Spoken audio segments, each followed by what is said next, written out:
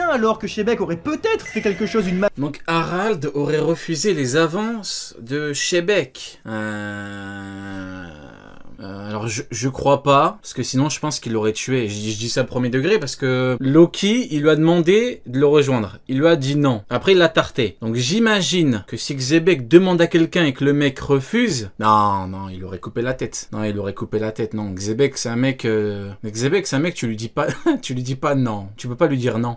magouille également pour essayer de tuer Harald, ou en tout cas le manipuler. C'est pas anodin que peut-être, les deux trésors nationaux c'est les mêmes. On sait pas trop, tout ça, ça reste très nébuleux, mais force est de... Franchement compliqué, hein. Je crois pas que... Ouais non, il aurait perdu la vie. Constater que le fait que ce soit Shebeck et que le gars, on lui a volé le trésor de la ruche et qu'il est parti immédiatement le chercher à God Valley, et en attendant... Ouais, après voilà, peut-être que Harald, il l'a payé. Voilà, il lui a donné, je sais pas, des trésors ou... Gros, juste épargne-moi et mon peuple, Shebeck. C'est le comportement d'un voleur, c'est le comportement de quelqu'un qui sait qu'on peut lui voler les choses et lui il y va très très vite.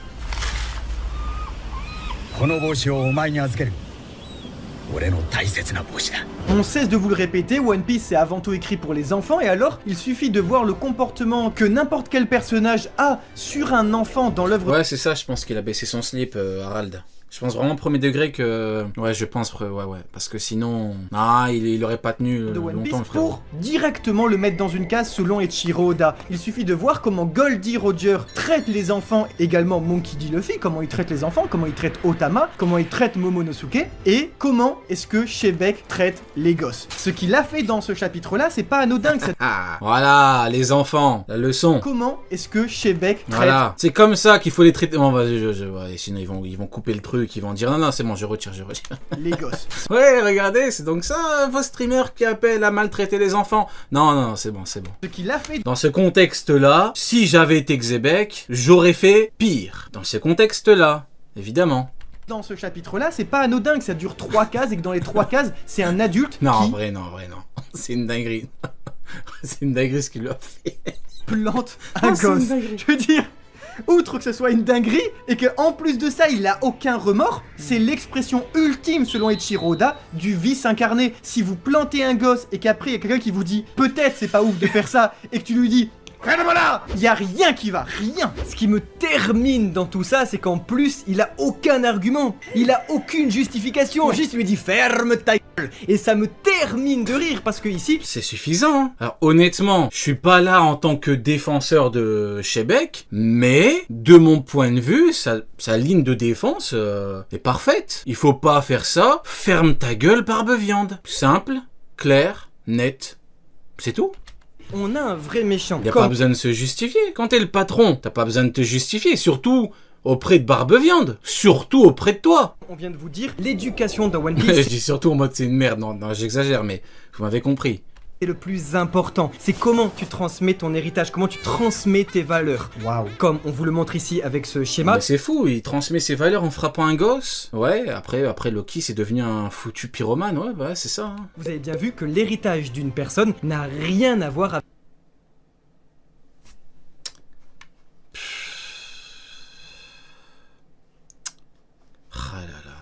Avec son sang. On peut même dire qu'au final, Monkey D. Dragon n'a rien à voir avec son père Monkey D. Garp. Portgas D. Ace encore heureux, hein. Franchement... a toujours refusé l'héritage. Si Dragon c'était un nouveau Garp, waouh.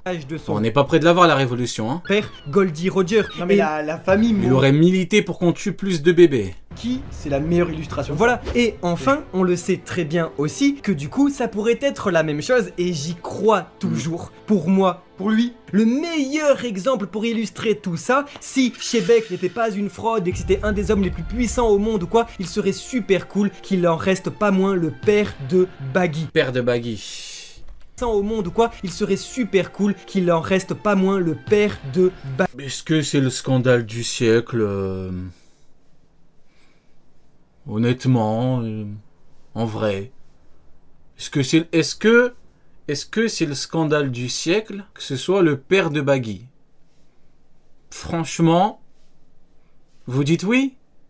Moi, franchement, du moment que Xebec n'est pas un clown. Du moment que c'est pas une fraude, après, bon, il a pas élevé son gosse, donc son gosse a pu mal tourner.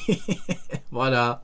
Mais du moment que c'est pas lui... Baggy, pour faire déjà de lui un D, pour s'opposer totalement, vous le savez, Pôle Sud, Pôle... Après, bien évidemment, je préférais que son fils soit quelqu'un, mais bon, après... Figarland... Après, mine de rien, son fils est devenu Yonko. Je dis ça, je dis rien. Dragon Céleste, Shanks le Roux, et surtout, pour faire de lui un personnage tellement...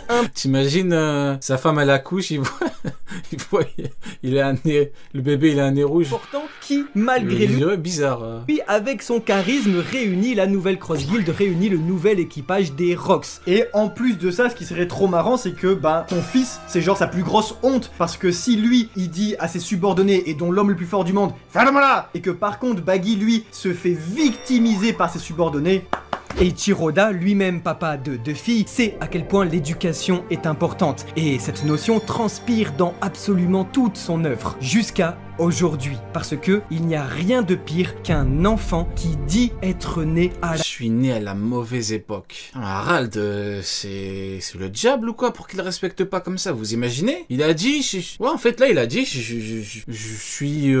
mon daron, c'est une merde. Carrément, je suis dégoûté que ce soit mon daron. La mauvaise époque. Harald, il a fait quoi pour que... C'est une dinguerie de manquer de respect comme ça.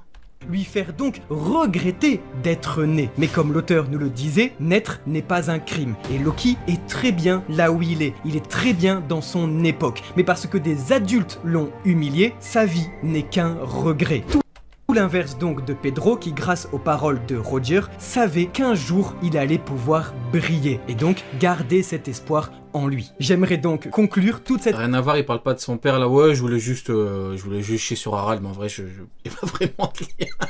Partie avec la meilleure... Je crois pas qu'il fait référence à son daron, non. Je voulais juste lui chier dessus en même temps.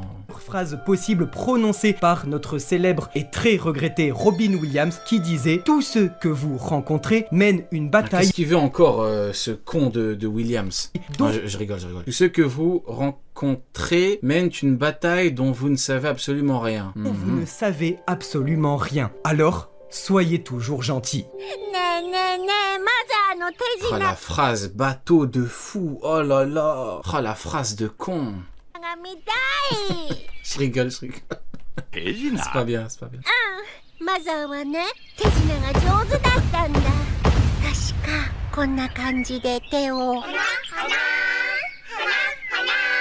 Non, abuse, ferme-la, William. Non, abuse.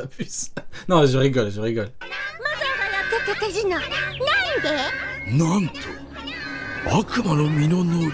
Je vous apprends rien en vous disant que... Ah, vous êtes... l'horrible Williams, ah les bâtards. C'est pas bien. Il y a 60... Il a dit l'horrible Williams. Non, arrête frérot, arrête. 3 ans est devenu sur Elbaf son ennemi public numéro 1 en tuant Yarul Barbe en cascade, l'un des doyens d'Elbaf. Voilà. Donc, Big Mom, elle est pas trop kiffée des géants et on le sait maintenant grâce à ce chapitre que les géants, ils ont opéré certaines vendettas pour essayer de se venger de l'impératrice Charlotte Linlin. Et parmi ces géants, on note le père de Goldberg qui lui serait revenu d'une bataille avec cette fois son bouclier infusé d'une âme de Big Mom. C'est devenu, oui, un Omise qu'il a transmis à son fils Goldberg et qu'il porte encore aujourd'hui. Et ce même Omise, eh bien, il nous rappelle un truc qui fait écho au chapitre 868 du manga puisqu'il mentionne le grand général ultime suprême des Omise, j'ai nommé Zeus. Oui, l'énorme esclave de Nami. Dans le chapitre 868 de One Piece, on voyait déjà que Big Mom, alors âgée d'une petite dizaine d'années, enfant, utilisait déjà Zeus. C'est faux quand même, hein. Qu'une enfant vienne chez toi, sur ton territoire, et traumatise une de tes légendes, les géants d'Elbaf, c'est chaud les mecs, hein. Je dis ça, je dis rien, c'est chaud, hein. Pour pouvoir asservir des rois dans leur propre royaume. Alors oui, c'est pas une enfant lambda, mais bon, c'est censé être une légende en face, pour eux.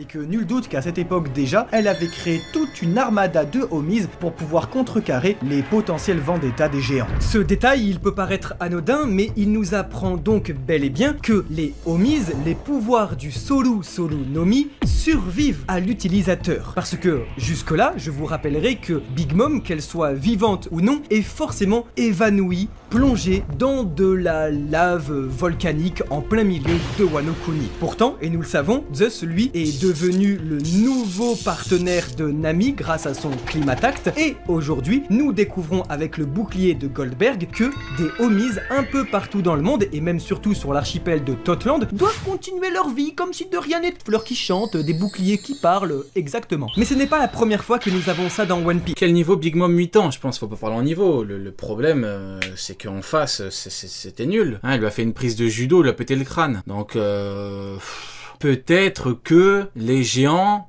Bon. Si le manga, avec par exemple Sugar, nous a bel Attends, en vrai, heureusement qu'il y a Loki, hein. Et encore, alors Loki il l'avait enfermé, mais bon. Bien appris que si un utilisateur s'évanouit, son pouvoir passif s'évanouit avec lui. Nous avons également des exemples de fruits du démon qui, après la mort ou l'évanouissement d'un utilisateur, perdurent. Le premier, c'était sur Thriller Bark avec... On en avait parlé avec Neil quand on avait pris des appels. Je sais plus comment il s'appelle le frérot qui nous avait parlé de Big Mom, et on avait eu un pro Big Mom.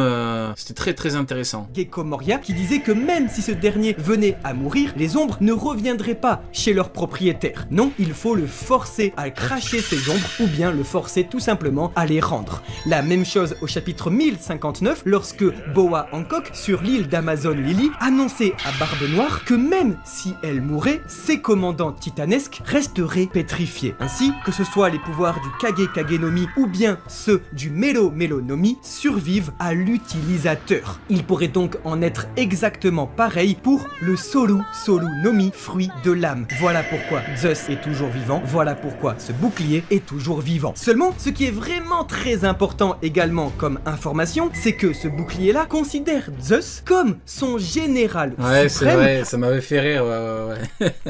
C'est que ce ça m'a fumé. Genre, chez les homies, en mode, il y a une hiérarchie. Elle dit quoi Zeus, la légende et tout, ça me fume. Et là, considère Zeus comme... Le fruit de Big Mom, c'est vraiment quelque chose en vrai. Hein. Pour que les trucs créés, ils sont là en mode, ils reconnaissent, Mind General, exactement. Mind General Zeus, c'est vraiment un fruit de fou. Hein. Bon, attends, en vrai, elle contrôle un empire avec son fruit, non, Big Mom, c'est chaud. Hein. Son général. En termes de logistique, de maîtrise de territoire et tout, non, Big Mom, c'est très très chaud.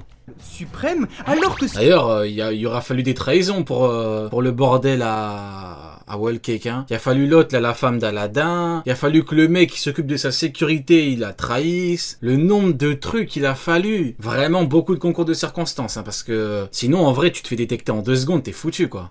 Ce même général suprême est en réalité l'esclave de Nami. Et alors, écoutez-moi bien, je trouve que ce serait génial que, à la fin du manga, Nami devienne la nouvelle impératrice du Nouveau Monde et au final, une mama, une Big Mom qui tourne bien le tout en devenant la nouvelle reine des homies. Nous le savons que depuis le début, Nami, elle, a un magnifique instinct maternel. Comme belle-mère, c'est une lionne et dès qu'elle voit des enfants en danger, elle est prête à tout pour les sauver. Depuis Punk Hazard jusqu'à aujourd'hui, Nami, elle-même fille sauvée par une femme, fait exactement la même chose aujourd'hui. Et si on parle alors de l'influence que les adultes peuvent avoir sur les enfants, je vous pose la question, que serait-il advenu si Big Mom, sur Elbaf, avait fait non pas la rencontre de Mother Carmel, mais celle de belle-mère. Naître n'est pas un crime. Et tous les enfants dans One Piece sont innocents. C'est très important pour Eiichiro. En vrai, Big Mom,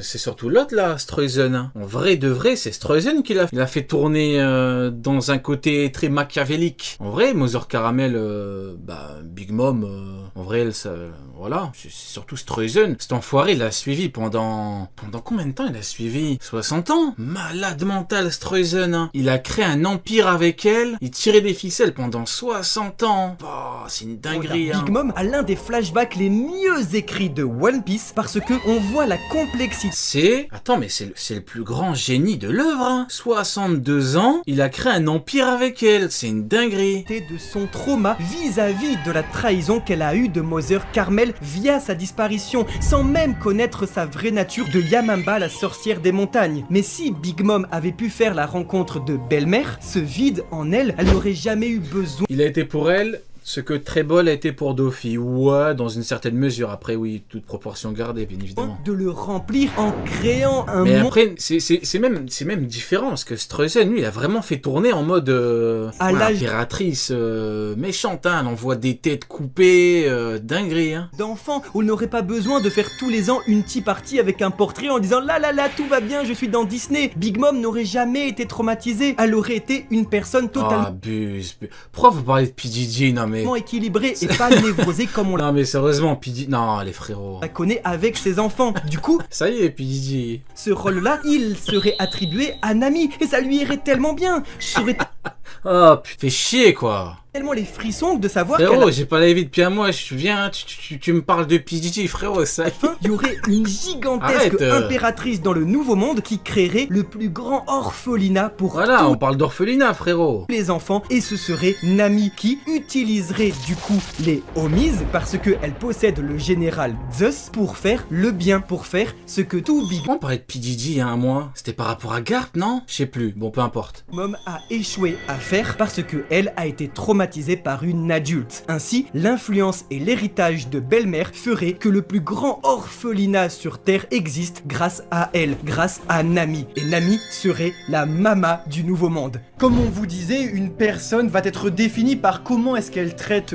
Par rapport à Loki? Mais pourquoi Loki? les enfants, et alors Nami ça devient la maman good ending, à savoir que le traitement des enfants et des orphelins au fil de l'histoire aura évolué de cette façon manipulée, puis office de pansement, ils sont là juste pour faire plaisir à une petite fille en fait qui a pas réussi à grandir, et enfin good ending, ils sont la priorité, et en réfléchissant à tout ça, Mais moi j'ai bien aimé Big Mom quand Queen il lui met le gros coup de tête là. Premier truc auquel elle pense, c'est ses enfants. Ça j'ai bien aimé ça. c'est pas anodin de voir que dans One Piece, il y a deux mères finalement qui sont nommées. On a mère Carmel et belle-mère. On a belle-mère qui est du coup la maman, la belle-maman. Faut se le dire, pour un japonais, belle-mère c'est vraiment la maman qui est cool quoi, c'est la belle-maman. Tandis que, à l'inverse, on a mère Carmel. Et mère Carmel, ben ça fait penser, voilà, c'est un caramel. Je veux dire, c'est une friandise, c'est une belle chose, mais ça vous colle aux dents et surtout c'est pas bon pour la santé. Et ben c'est ça qu'a subi Big Mom, parce que c'était une enfant et elle a mangé des caramels au lieu d'avoir une bonne vie, au lieu d'avoir une bonne éducation. Et alors il va incomber à Nami de conjurer tout ça et de devenir la mama good ending.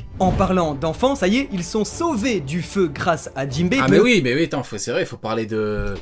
Les enfants, Man General, Jinbei devant Gunko. Calvaire. Ah d'ailleurs Gunko, au chapitre précédent là quand t'as écouté du Brook, il y en a plein qui ont dit ouais finalement Gunko c'est pas mal comme personnage. Et moi il y a un mois quand je vous disais ouais Gunko elle est bien, il y en a beaucoup qui m'ont attaqué, ils m'ont dit mais qu'est-ce que tu racontes, Gunko elle pue la merde. J'espère que vous n'êtes pas de ceux qui disent maintenant ah, Gunko finalement. Hein, attention, parce que je retiens les pseudos, bande de merde. Les pouvoirs de Gunko, mais aussi celui de Gillingham, sont toujours actifs. Et Gunko se retrouve enfin face à Colon, qui va donc être la faiblesse de Gaban. Ah, le grand ratiboiseur, le retour. Mais surtout, elle... Comment j'ai kiffé quand il y avait le navire avec Dory et Broggy, il y avait le grand ratiboiseur, ils ont dit quoi? Mais ce navire est invincible. Est-ce que vous vous rendez compte ou pas? Ils ont vu le grand ratiboiseur, premier mot qu'ils pensent, invincible. Ils ont dit ce bateau il est invincible. Pourquoi? Parce que c'est la ratiboiserie les frérots, la ratiboiserie. se retrouve face à Soul King, qui est là sur le Ils ont bateau. pété les plombs, ils ont dit mais attends mais il est là, c'est bon, c'est fini. Et dont Eiichiro Oda n'oubliera pas de le faire chanter. Il est là avec sa guitare dans ce même chapitre. On attend alors forcément Ça ratiboise ou...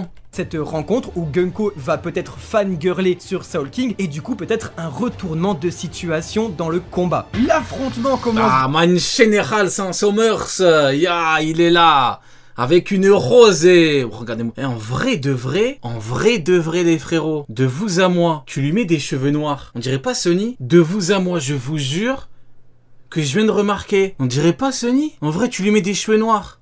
C'est lui? Je suis en train de péter un câble. T'as la vision, Emlo? On est d'accord. Vous avez la vision ou pas? Je vous jure que c'est lui. La maladie mentale. Mais c'est lui. Et vous avez la vision, on est d'accord? C'est lui.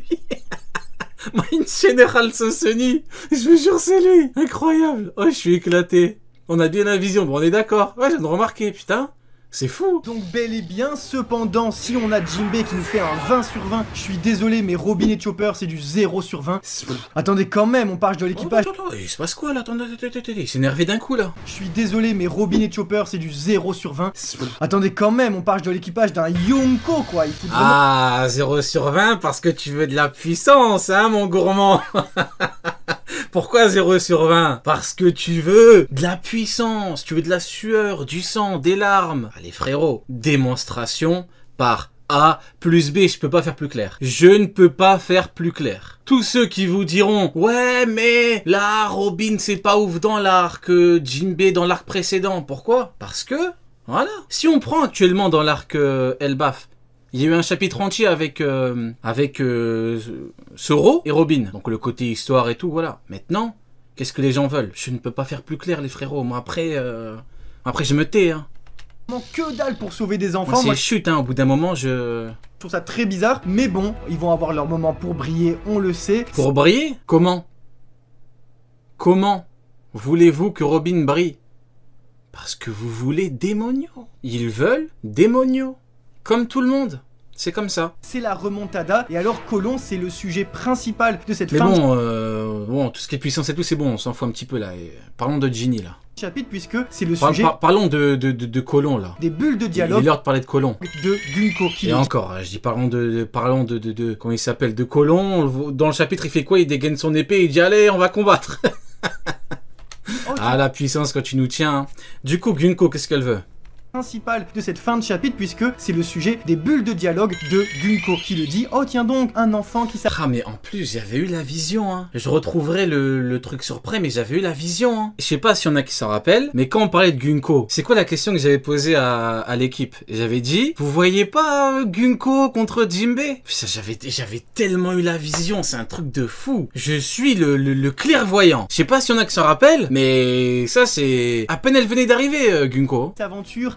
il en restait un ici, ce qui implique donc que non seulement il y a Brook sur le bateau, mais surtout il y a Gaban qui est pas très loin. Et alors, eh ben on a hâte que le ratiboiseur sorte. Ah, ça va ratiboiser là. Peu les haches. Le mangaka étire un petit peu, sans mauvais jeu de mots, l'élastique. On attend tous vraiment la Il étire l'élastique. Confrontation entre les géants et les chevaliers divins. Ah, mein Général Sansoni. On attend tous vraiment la confrontation entre les géants et les chevaliers. C'est tellement lui. Ah, ça me fume. Bon, ah non, vous savez c'est qui lui? Lui, c'est le Dark Sunny. Parce que lui, vous voyez quand il dit avec les enfants, il faut les frapper et tout. Alors que Sunny, lui, il milite, il travaille à l'UNICEF, Sunny. C'est tellement le Dark Sunny, lui, c'est un truc de fou. C'est le Xebec de Sunny. C'est... truc de fou. Bon, il y a l'équipe qui nous attend. Bah du coup, big up pour la vidéo. Voilà, big up pour la vidéo. Ça a bien parlé de Xebec, de Roger, etc., etc. Voilà. Et maintenant, c'est parti pour rejoindre tout le monde.